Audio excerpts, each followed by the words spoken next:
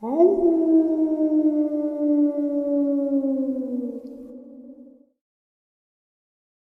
and salutations, everyone. I hope everyone is still doing well, and welcome to this Father's Day second bonus. Before we jump into it, a couple quick links. As many of you know, I rely on Patreon, PayPal, channel membership, and the merch to help the channel to continue to grow and go. Links to Patreon, PayPal, and channel membership is in the description below. Merch displayed directly under the video. Also, Dogman, Frightening Encounters, Volume 1 through 3, the audiobook versions. They were written and researched by Tom Lyons, narrated and produced by me, Jeff Nadolny. Those audiobooks are available on Audible, Amazon, and iTunes, links to which are also in the description as well. And finally, last but definitely not least, if you'd really like to help support the channel to continue to grow and go, simply subscribe. It does not cost a cent. Click the like button. It takes half a second. If you don't want to miss out on any of the informative uploads that I put out daily, click that bell icon. And folks, please leave a comment and share the video. Why? Well, because all of these things, they really do help the channel to continue to grow and go. They definitely do matter, and they are appreciated. And with that, I have taken far too much of your time. Let's jump in to today's second bonus, shall we? Today's first encounter.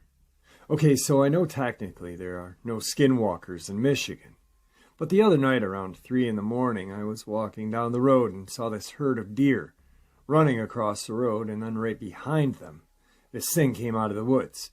It was big, like a deer size, but its head was not on its neck.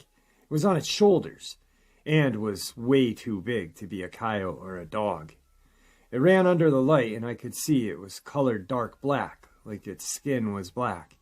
And I say skin because this creature looked almost leathery, not anything like it was furry. It also cleared the main road in about 2 steps, just boom, boom, gone. We have no bear, no moose, no wolves, no buffalo, nothing that looks like that. And I know 100% this was not a deer. Today's second encounter, Vernon Parish, Louisiana. We were camping in an open-air tent. The camp was next to a creek called Castor Creek. Camping with me was my 2 younger cousins. At about 2 in the morning, my youngest cousin, who was 15, was awakened by the sound of something moving around the campsite. When he awoke and realized he was looking at, he screamed and woke us up. What we saw was a large, hairy figure standing on 2 feet. The height was between 6 and 7 feet tall. This creature was moving from one side of the tent area to the wooded area side. At no time did the creature make any moves to harm or intimidate us. Once the creature was on the wooded side of the tent area, it stopped moving for 5 to 10 seconds and looked back at us. Then the creature just walked into the woods and out of sight. The smell smelled like 100 rotten eggs. It also definitely stood between 6 and 7 feet tall and weighed, I don't know, 300, 400 pounds. We did notice that during the time of the encounter there were no sounds in the woods. The sounds returned after this creature left. At 5:45 in the morning, we all packed up and left that area. Today's third encounter. I'm not sure how to begin this. Whatever this is, it didn't just affect me, but my family in different ways. And it continued to mess with me for years after we moved from the house where it all started. I'm trying to take something that did many things over several years and just trim it down to details that seem important, and I'm sorry if it reads as weird or awkward.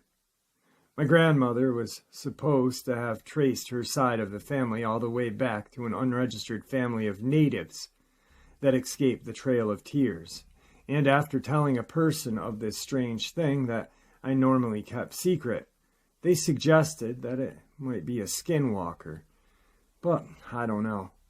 I know that there was a lot of family strife in that house where the haunting started that bubbled to the surface.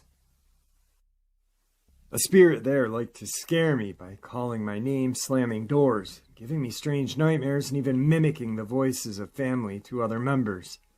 The first time I can think of it appearing is when we were coming back from a road trip at night. Dad was driving, and he hits the brakes hard and swerves because he had seen a wolf with no eyes step out into our lane and look at our oncoming car. Because everyone else was asleep, he was the only one to see it, and there was no body around to suggest that anything had physically been there. The second time I think it showed itself was many years after. We had long moved from the house this all started in. I was home alone at night messaging a friend, and I saw a huge figure walking up the road. I froze in fear as it approached and eventually passed by the house we were living in. And what I remember was something with a strange skull, kind of like a vervet monkey skull, as a head or covering its head, and the rest completely hidden behind a cloak of some sort or dark-colored fur. It hasn't been around now for a bit, but while it was around or possibly pursuing me, it had caused a lot of hardship for me and my family. I remember that if I talked or thought about it too much, it would draw its attention back to me when it seemed like it had just left, and would have let my guard down. Whatever it was always made me feel terrified and unsafe. I used to have symbols of protection from whatever religion I could think of to try to find some sort of protection from it. I'm not sure what this entity is, but this is not a story I share much as I know how it sounds, and I don't want to go through the normal ridicule and dismissive comments. An unknown entity that appears as a wolf with no eyes or a fur-cloaked humanoid with a vervet-like skull that causes hardship, nightmares, feelings of terror, and can mimic voices. Today's fourth encounter, Newton, Texas. I was driving from Beaumont to Louisiana. I was on Highway 87 going into Bleakwood, community near Kirbyville. At about 2 in the morning, I was driving about 60 miles an hour. I saw a figure moving on the road ahead. A very large, furry, human-shaped creature stopped, turned, and looked toward the lights. Then turned and walked into the trees. I was terrified. I slammed on the brakes, and my small car spun completely around. I got the car straight and kept going. I've told only a few people about this incident. My sister said it must have been a bear, but it was no bear. It was a light golden brown with slightly darker areas on some of the fur. The face was flat like a human, not a pointed nose like a bear. It was larger than a normal human. I recently saw a mention of sightings in East Texas while I was searching for wild animals of East Texas. Since I recently moved to this area and see and hear a lot of coyote and unknown smaller wildlife out here in the country, so thought maybe these folks won't think I'm crazy. I really did see this creature. It was light golden brown with slightly darker areas on some of the hair. The face was flat like a human, not a pointed nose like a bear, and it was larger than a normal human. Today's fifth encounter, Rains County, Texas. I have never forgotten the experience my friends and I had one night while attempting to spend the night on the shore of Lake Tawakoni. I was about 16 or 17 at the time, and it was midsummer. The lake level had dropped enough to provide a large shoreline that we would make a bonfire on and ride our motorcycles, etc. We lived on about 20 acres of lakefront property. After setting up tents and starting a large campfire, we generally goofed off and told stories until we had adequately freaked ourselves out and went back to the house to calm down and regained our braveness.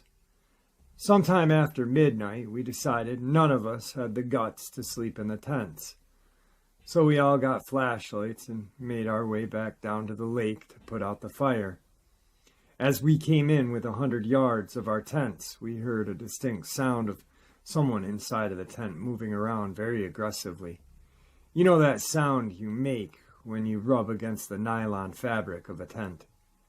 Thinking it was some other friends trying to scare us, we all trained our flashlights on the tent that was moving around, and as we walked closer, began to yell threats to whoever was in there.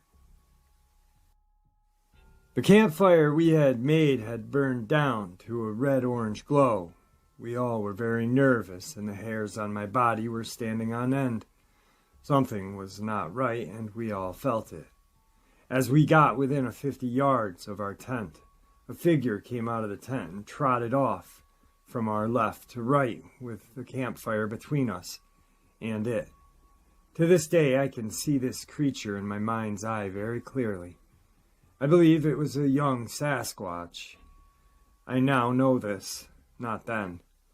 That was around 5.5 to 6 feet tall. That's a guess on my part, as I'm 6'4". It had a very pronounced slump in the head and shoulder area, with little to no neck, and hair all over the body that was not dense. The hair seemed to average about 1 to 2 inches tall, and was standing mostly straight up versus lying down, much like a young orangutan. I remember it having very long arms and a very muscular body. I'm guessing it was a teenaged Sasquatch that was trying to find something in our tent to eat or steal. Needless to say, we all stood motionless for a few seconds as the creature disappeared into the dark woods. Then we all broke the sound barrier as we took back off to the house. We all stayed pretty silent the rest of the night and went to sleep in my bedroom. After everyone had gone home that next morning, I rode my dirt bike down to the campsite to clean everything up. As I shut off my bike, I had a very strong feeling of being watched, and after just a few minutes, couldn't take it anymore and started towards my bike. As I was getting on, I heard a very loud and very deep grunt, the likes of which I had never heard before or since. It put fear in me that, as I type this, is giving me goosebumps.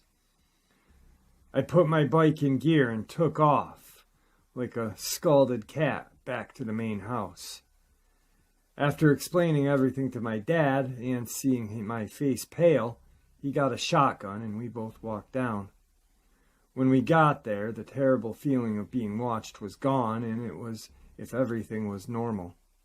We poked around and didn't see anything. To this day, I wonder why we didn't look for prints in the dried clay of the shoreline, but I guess we just didn't know any better.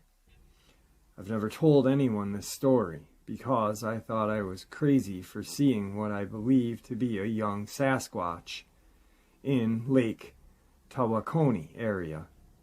But I see, time to time, people talking about these things everywhere. Today's sixth encounter is a subscriber submission. In 2011 in Rosemont, Illinois, I worked for a nonprofit agency that provided case management services to teens at risk. I got a call that this youth was in crisis. I drove to the family's apartment in Rosemont. I had pulled into the apartment complex, and at the other side of the street was a parked bus, no lights or stop out, so I proceeded slowly. Well, parked in the area was a police unit, and the next thing I know, I'm being tagged as to pull into the parking lot. I rolled my window down and waited for the officer. When the officer approached, he asked for my papers. I got snippy and said, "Excuse me?" See, I'm Mexican-American, and I'm brown as we come. Anyway, he then removed his sunglasses, and as he asked for my license and insurance, his eyes shifted. They blinked vertically, and his eyes looked like those of a lizard. I had my license and insurance at hand and slowly gave it to him as I still was trying to process what I had just seen. He reached for the documents as smirked and inhaled deeply as if he sniffed and inhaled. He then walked away, and in a few seconds he was gone. I doubted myself and questioned what I had just witnessed. I told myself when he comes back his eyes will be normal. I'm just stressed and I'm seeing things. He came back, gave me a ticket saying I didn't stop for the bus, and all I could do was stare at his eyes. His eyes shifted between human eyes and green lizard-like eyes, and when they became lizard eyes, an almost clear-like second eyelid closed vertically. I sat there in shock as he smirked, giving me the ticket. He left and sat there in shock for a few more seconds, and then I snapped out of my trance and went on about my business. This took my mind off what I'd just experienced, until, again, I was on my way home. I told my husband, and he said, "You're crazy." I later went to court to dispute the ticket, hoping to see the officer and show my husband. The officer didn't show, and the court was moved 3 times. At this, I got a lawyer. See, in Illinois, if an officer had issued the ticket is not at court, then the ticket is dismissed. Well, the judge did not want to dismiss it, so by the 3rd time, with a lawyer, I was given a small fine and the ticket not shown on my record. Well, that officer never showed. But my question is reptilians attracted or repulsed by certain blood types, or people with certain medical conditions? I'm diabetic, and I was overweight at the time. Well, instantly after reading this encounter, I was instantly brought to Donald Coleman Jr. Now, he's been on 3 times. The second time he was on, a lot of people gave me crap for it because he proceeded to talk about his medical condition for about 9 minutes. But the reason why he did was because his belief is that these creatures, not only reptilians, but Sasquatch, Dogman, werewolf, whatever, shapeshifter, crawler, whatever the hell is out there, he believes 100% that these things are attracted to certain blood types, certain people with illnesses. He also had an encounter with a reptilian as well. So, just a thought. Today's 7th encounter. My mom and dad had gone to town to pick up a pizza for supper. On their way back home, they were approaching the S corner on 1461, north of Highway 380, and saw a large light brown colored figure cross the road. The figure was standing upright and was moving very fast across the road. They were very startled at what they had just seen. They traveled about 50 yards past the figure and looked at each other. My mother asked my dad if he just saw what she saw, and he replied that he did. My mother then stated that she believes that was a Bigfoot, and my father agreed. They claimed that the figure was in a hurry to climb a hill and get over the fence that was on the west side of the road, and that the figure made long strides as it moved across the road. My mother and father came home with the pizza, and I could tell they were shaken up by their experience. My dad told me about what they had seen, so we grabbed our rifles and flashlights and went back to where the figure was spotted. We searched the road ditches and fence lines. I remember seeing a large cedar tree which had grown through the barbed wire fence. This cedar tree had a large branch that was about 3 inches in diameter, and had been snapped in a downward position at the trunk of the tree. I must say that we did not look for things that we should have, like footprints or hair on the fence, but it was a nerve-wracking evening. If I had to do it all over again, I would have spent more time looking for clues. I'm writing this for my mom. Today's 8th encounter takes place in southeast Michigan. A few nights ago, at around 2:30 in the morning, I decided to head into the kitchen, as a late-night snack sounded rather appealing. Upon going in, I looked out the window and noticed a coyote sitting in my driveway. My initial thought was that this is indeed a coyote, as there has been an increasing number in the area. Not long after I began looking at this coyote, it stood up on its hind legs and ran off. I never saw it again after. Today's ninth encounter, Hunt County, Texas. Me and my dad were traveling north on CR 1019 and crossed the South Sulphur River Bridge.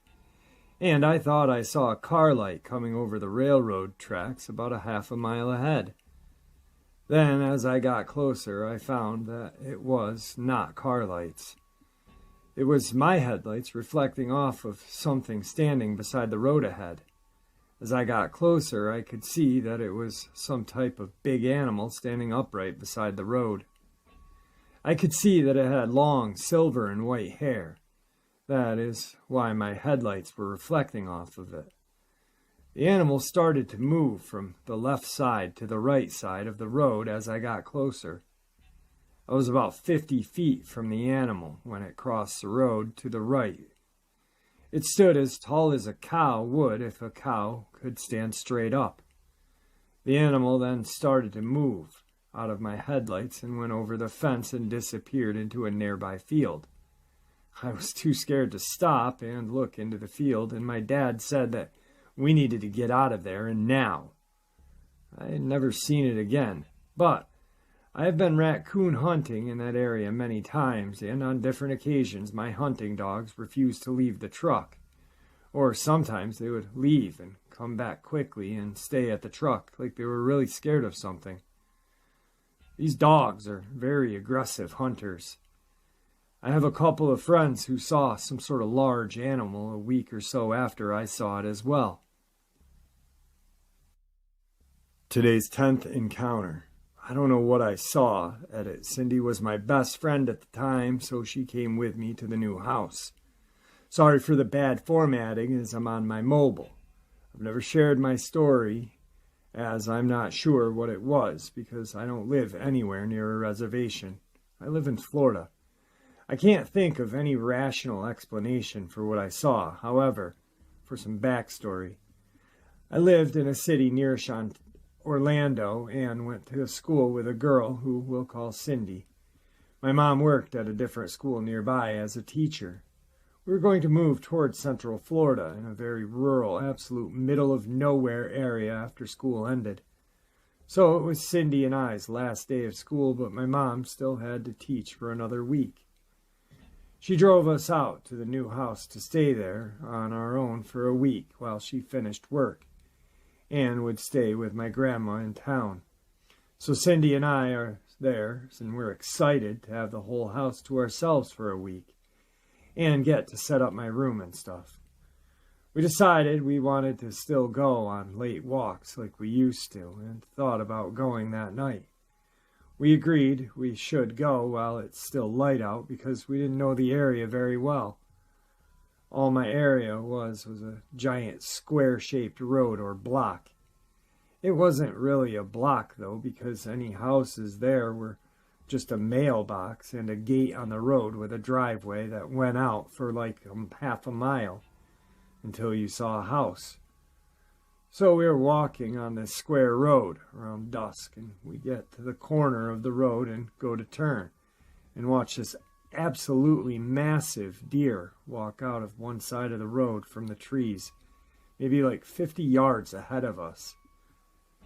We kind of just stopped or slowed to look for a second because although I'm from up north, she'd never seen a deer being from the city, and I had never seen one up close. This thing also was a buck, and again huge, so I told her not to get close as it could be dangerous. All this happened in like 5 seconds while it walked to the middle of the road. Then this deer stops in its tracks, turns its head to look at us, and just stared for what felt like 10 seconds realistically. We just kind of watched this deer like a staring contest. Then it turns its head forward again, stands up on its hind legs, and starts limp walking into the other side of the trees. Then we just watch the trees rustle a ton, and she goes, "Did you fucking see that?" I was like, "Yeah." And we turned around and quickly walked home. Hadn't walked the rest of the week, and my mom came home earlier than expected, so we felt better. So here's where I'm not sure of anything. This deer's legs were not what they should look like. A deer's legs are opposite of ours or a dog's. When they stand on all fours, their back knees point behind them instead of in front. This deer's legs didn't point behind them. Its knees faced forward as if they had been twisted around perfectly. My mom worked in her family's butcher shop as a kid and had seen deer brought in with ankles that were twisted and broke and healed completely in a new position. It makes sense as they can walk on 3 legs as that one heals. I can't see how this could have healed both of its legs or how they both twisted so perfectly, or especially how it would walk on those legs alone. I think the fact that its legs were backwards is why it somehow limped forwards, although it clearly didn't have any broken or twisted bones. It didn't seem to be in pain, just stumbled. It had antlers, no idea if it had ears or a tail. I hear everyone else say I won't have a tail if it was a skinwalker. I had no idea what skinwalkers were, any cryptids were at this point. All I paid attention to was its size, which had to be at least 8 feet tall standing with a slight hunch with its legs. I remember we mentioned it smelled like rotten eggs as well. I don't recall a coppery scent. It could just have been sulfur, I'm not sure. Despite looking at this thing right in the eyes, it was too far away to even see them. My horrible vision, so I can't tell you what those look like as well. I didn't look for all the telltale signs you look for in a skinwalker because, again, I'd never heard of them. I have so many questions about this experience. Why didn't it try to attack us? Why was it in the middle of Florida? Why would it almost show us it walked like that instead of, I don't know, like keeping its cool? If that's not what is what, the hell did I see? Cindy and I are no longer friends, so I'm not sure if she'd even remember. I think the only reason it stuck with me is when I heard stories about skinwalkers and I felt my heart sink into my stomach and remember this. I have a Navajo friend who refuses to speak about this with me, and I fully believe skinwalkers exist, even if it's not what I saw. I have heard of flesh gates, but I have trouble believing in other things, because they don't have Navajo ties, which my friend does and clearly believes in. I don't know much about flesh gates, except they're basically a skinwalker without Native American background. Maybe that's what I saw. Maybe this deer was just severely deformed. Well, couple things. Flesh gates are a creepypasta made up by Reddit. What you probably saw was a skinwalker, but not, because there are Native American tribes in Florida that they do have their own rendition of the skinwalker called a shapeshifter. Once again, Navajo Indians have skinwalkers. They're the only people that use that term. That term is used specifically, was used when the Ute and Navajo were fighting over land, and they cursed the Ute. Actually, that's the reason why Skinwalker Ranch is called Skinwalker Ranch, is because that land was cursed by Navajo.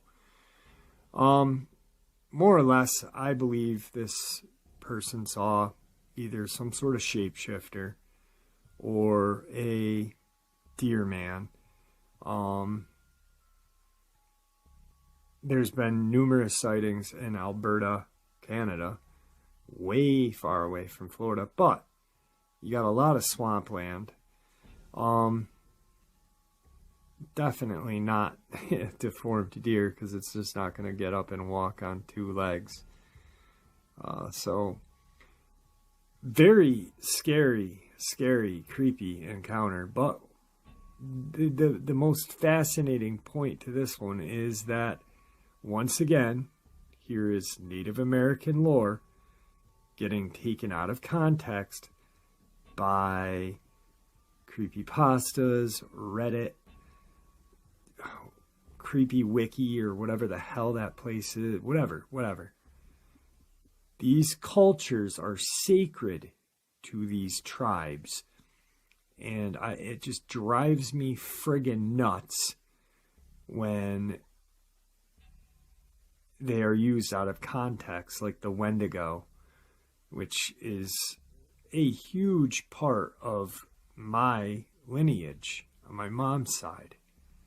And it drives me frickin' bonkers. I don't know. Now I'm just rambling. Sorry. Today's 11th encounter. Little River, Arkansas. My ex-husband and I were going to watch the sunset on the Red River, south of Mena. We traveled south to DeQueen and then through Foreman to the Red River. We got there 15-20 minutes before sunset. We started home going north on Highway 41. I was driving. And just shortly after we started on the road, it started to get dark. We had come through a curve on the road when all of a sudden we saw a huge 7 to 8 foot tall figure standing on the right side of the road, on the shoulder as if it was going to cross the road in front of us. It outstretched its arms at us, and my ex-husband screamed and slid my side of the car and grabbed the steering wheel to turn left so I wouldn't hit it. I was staring at the road and then looked at him and asked, "What was that?" We both came to the conclusion that it was a Bigfoot. It had reddish-brown long hair and stood upright with very long arms. I can still see it clear as day. Tonight's 12th and final encounter, Johnson County, Arkansas. This guy was gathering ginseng root on a terrace of the hollow wall. At the time, he was not aware that he was in violation of national forest rules by gathering ginseng. He stated he has since learned the hard way that it is a violation. He had obtained several root from a particular location just 100 yards or so below the road where his vehicle was parked. He had just shaken dirt off the roots and placed them in a leg of an old pair of pants that had been sewn up at one end for that purpose. He then began to feel like someone was watching him, so he began to look around. When he looked up the slope, he saw what he thought was a man disguised in a long, open fur coat, leaning against a tree with his right shoulder. The figure was calmly watching him from about 50 yards away. He stated he thought it was someone he might have known that was messing with him. So, he said he immediately began to trot to his right to get around a rock point so that he could run up to the man's location. He stated he intended to thump his gourd when he got there. He stated that when he did arrive at the location, the figure was gone. When he looked down the slope, he saw that the figure was not a man and that it was at the same location he was at when he first saw it. He said the animal had squatted and, using both hands, scooped up the loose dirt the witness had shaken off the ginseng root a few minutes before. The animal brought the dirt close to its nose and smelled it, then dropped it.